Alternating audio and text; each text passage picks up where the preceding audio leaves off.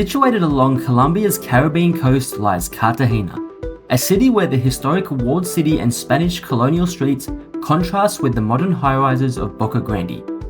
Cartagena is a place like no other, and over the next 3 days we're here to see what this city has to offer. After arriving in Cartagena, we checked into our accommodation, staying at Hotel Casa La Factoria by Faranda Boutique. Tucked away in the heart of the walled city, this boutique hotel turned out to be the perfect base for exploring Cartagena.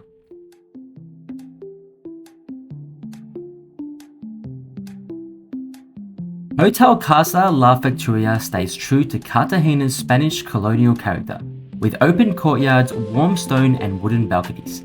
It blends in perfectly with the walled city itself. The hotel features 2 swimming pools, one on the main ground floor and another on the rooftop.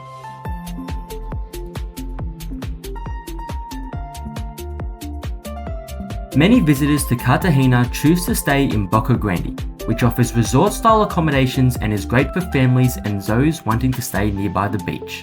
However, it's about a 15 to 20 minute drive from the walled city, depending on traffic. In a city that's hot and humid year-round, location really matters when choosing where to stay.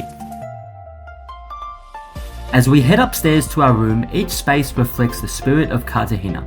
You can really feel the city's vibe. The rooms are also spacious, and it's a rare treat compared to some other hotels in the walled city which are much smaller.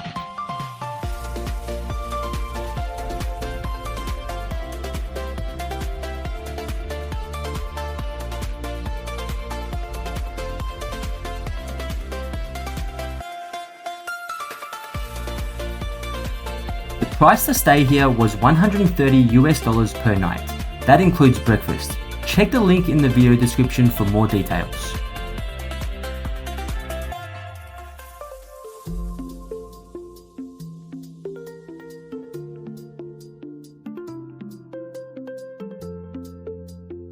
Breakfast at Hotel Casa La Victoria was buffet style, with everything we needed from an omelette station to a variety of fresh fruits, juices and coffee.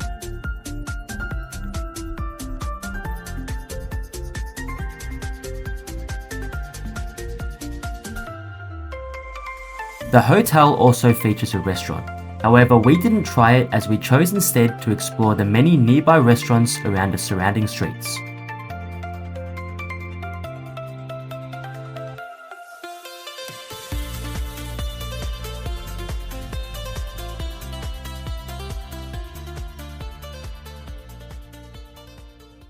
Leaving the hotel, we entered the walled city, the historic heart of Cartagena. Its streets are lined with colourful colonial buildings and balconies, and small plazas appear around nearly every corner. Cafes, shops and street performers give the area a lively atmosphere, while the architecture reflects centuries of history.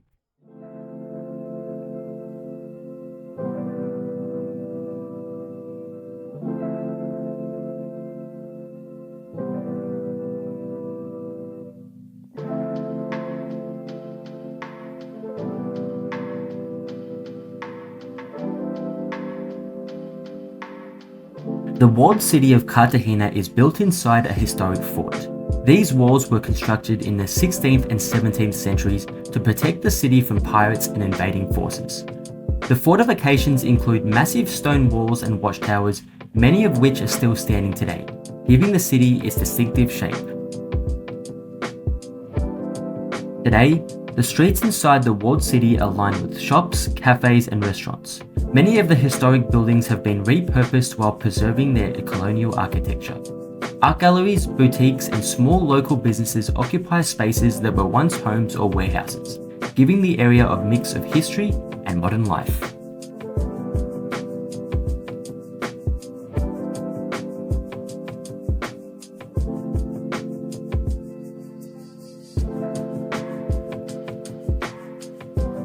One thing to note is that many of the shops and restaurants inside the walled city tend to be more expensive than in surrounding areas or in much of Colombia. Yet compared to prices in other countries, they remain quite affordable, offering good quality and a chance to enjoy the city's unique charm without breaking the budget.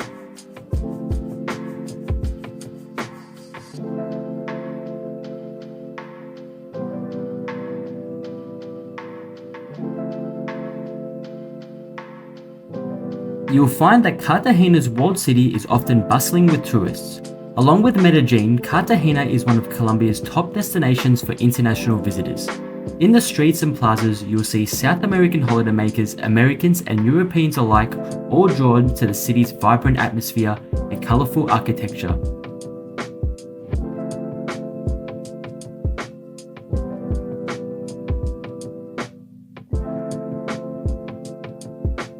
Because the walled city can get very crowded during the day and into the evening, we recommend taking a morning walk through its streets when the city is quiet and its full charm can be appreciated. Later in the video, we'll take you on a stroll through these streets at a peaceful morning hour, letting you experience Cartagena in a calmer, more intimate way.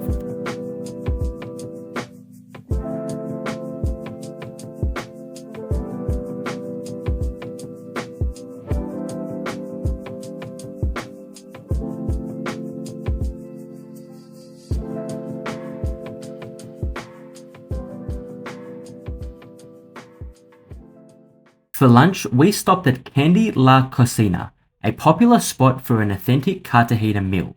The restaurant offers a lively setting with music and entertainment, making it a great place to experience local flavors and atmosphere.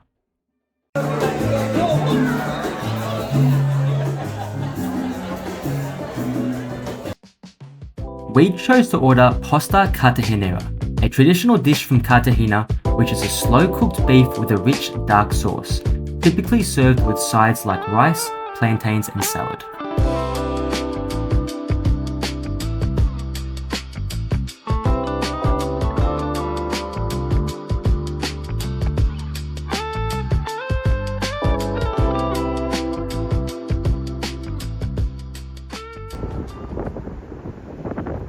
In the afternoon, we decided to walk around the base of the fort.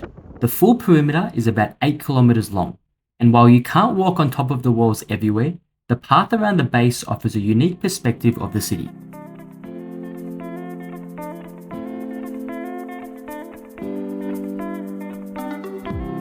Walking along the base, you'll get panoramic views of the Caribbean Sea on one side and the old city on the other side.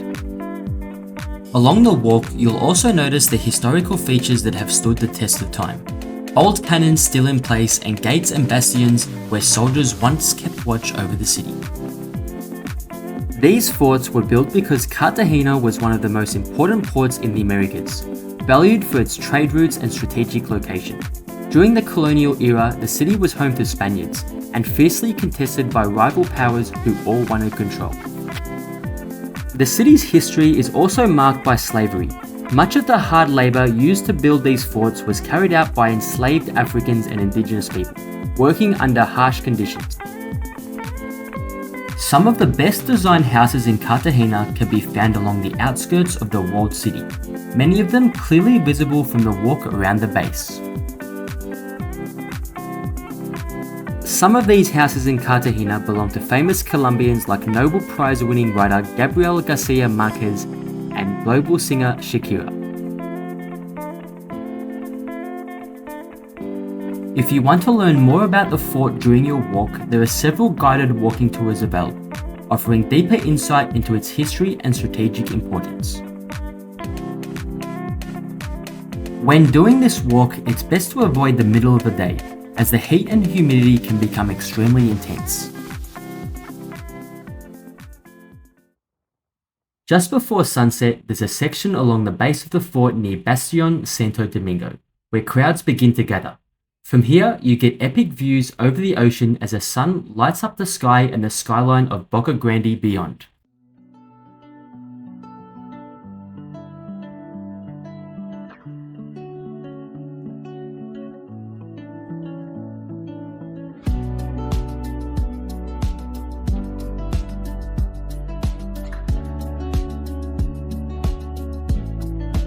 The high-rises in the background are Boca Grande. As mentioned previously, it's known for resort-style accommodation near the beach. While it's popular with families, to fully experience Cartagena's charm, it's best to stay in the heart of the walled city. Otherwise, taxis back and forth can be both time-consuming and costly.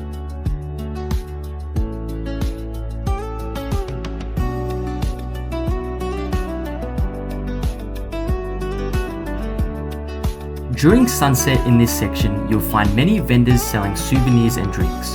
While some say they can be pushy, we found everyone to be friendly and easygoing. For the best views, it's important to arrive early, as this section can get very crowded.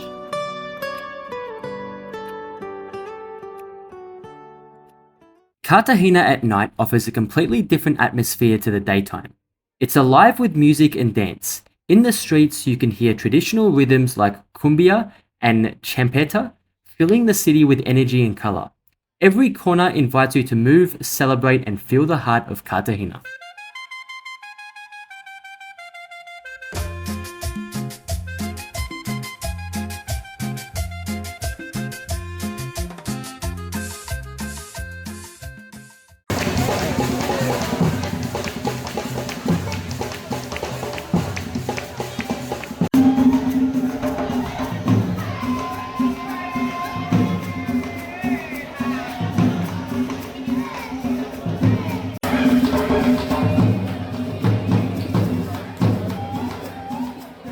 We visited Cartagena in December, meaning the city was filled with Christmas decorations.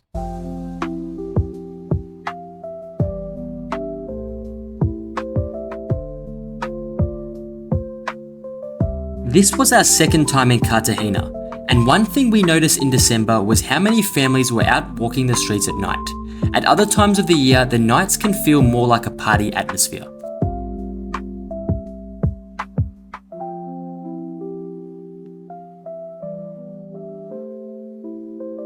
Christmas in Colombia is a major celebration. Festivities take place over 9 days leading up to Christmas, known as the novenas.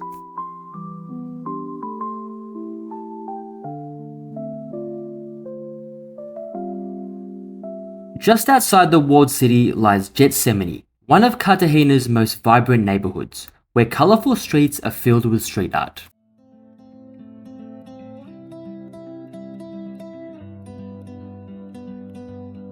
We kicked off our Getsemani walk at National Flag Street, better known as Calle de la Sierpe, with its colorful flags and lively vibe.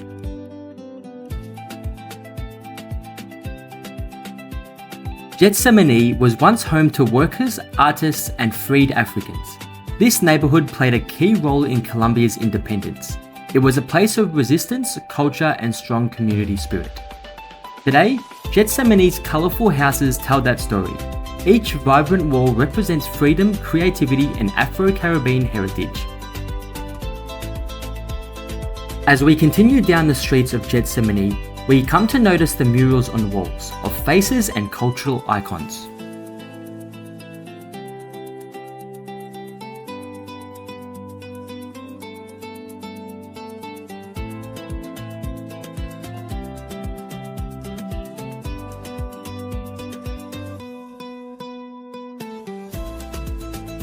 Along this street, you'll also find plenty of well-themed cafes and handmade jewelry stores.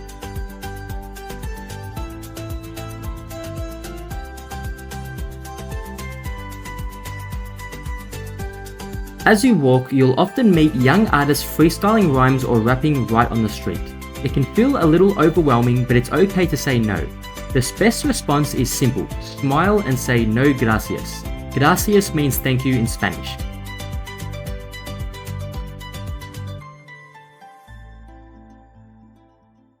Now we enter the main plaza of Getsemani, called Plaza de la Trinidad.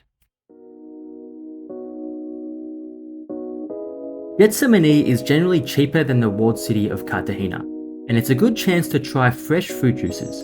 Around the plaza, some of the most popular juices are mango, passion fruit, soursop, lulo, and corozo juice.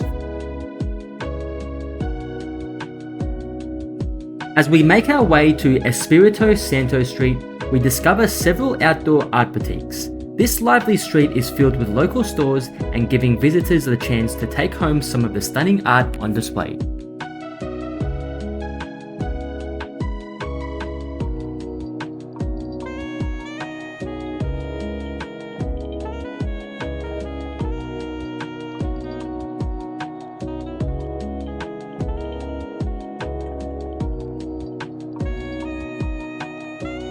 Here, every artwork tells a story, and every purchase supports the culture that keeps this neighborhood alive.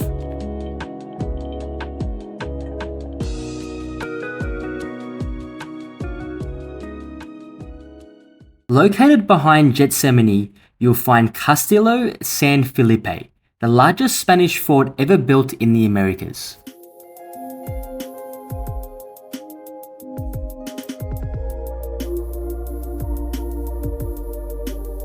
To access this fort, there is an entrance fee of around $10 per adult for foreign visitors. While in Cartagena, a popular day trip is heading out to the nearby Rosario Islands or Isla Baru. There are many tours departing from Cartagena's port, and on this occasion we chose Bonavida, a luxury catamaran that takes you to 2 stops during the day.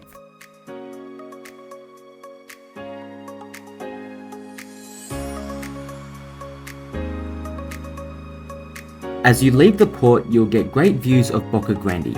While on board, you're served with snacks and drinks, with fresh juices included in your package. When choosing a trip to the Rosario Islands, it's important to note that different tour companies offer very different experiences. Many tours are party focused, whereas this tour offers a more relaxed way to explore the islands. Along the way, you'll see islands dotted with historic forts before arriving in the Rosario Islands.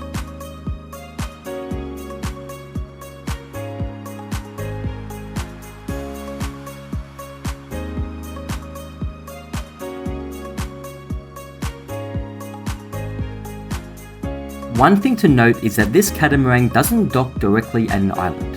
Instead, it anchors offshore, giving you the chance to jump into the deep blue water and snorkel.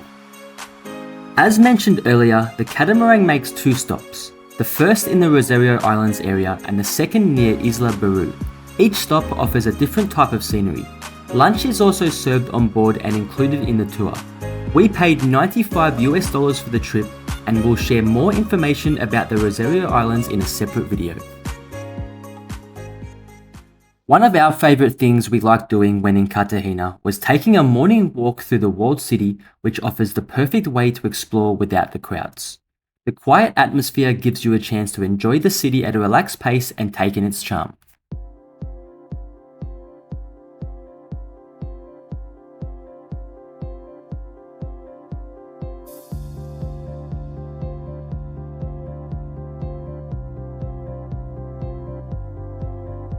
Cartagena is always busy. At 6 AM, the streets are calm, but the city is already waking up. People arrive with their carts to sell fresh fruit, hats, and local crafts, setting up their businesses for the day. Street cleaners and city workers move quietly, preparing the streets for the tourists who will arrive later. Joggers, early risers, and the aroma of fresh coffee make the morning peaceful yet full of life. The buildings inside the walled city were designed for the tropical climate, with thick walls, inner courtyards, and balconies that helped keep homes cool and connected to street life.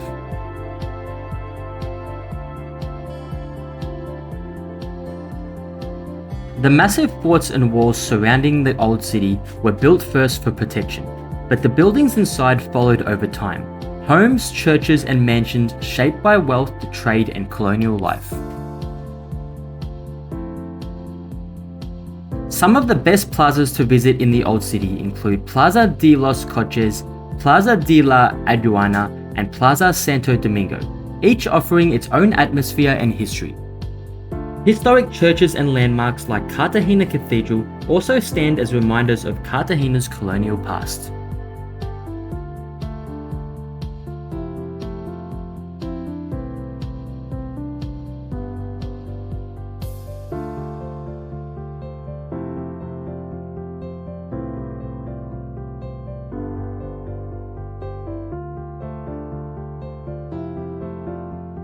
Cartagena's walled city was declared a UNESCO World Heritage Site in 1984, protected for its preservation and historical importance.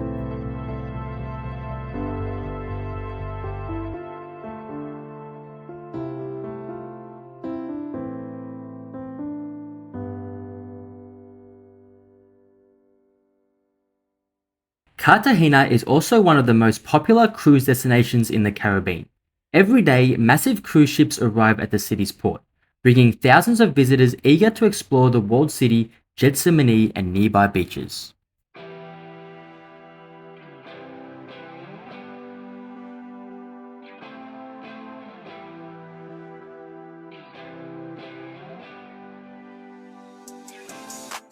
Additionally, every March, the Cartagena International Film Festival brings filmmakers from across Latin America and around the world. And in November, Independence Week fills the streets with music, dance, and colour. In January, the Frito Festival serves up the best of Caribbean flavours for locals and visitors alike.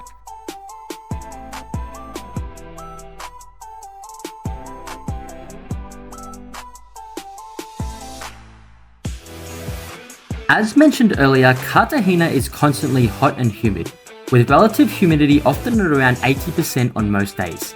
Even in December and January, when humidity dips slightly, the air still feels tropical and moist compared with many other places.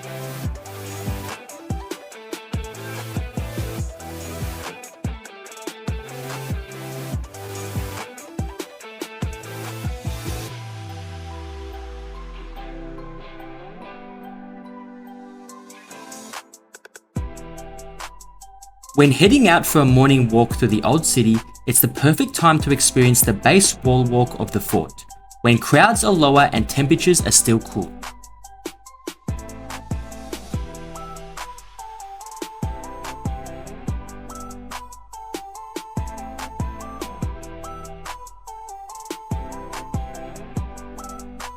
Overall, Cartagena remains one of our favourite cities in the world.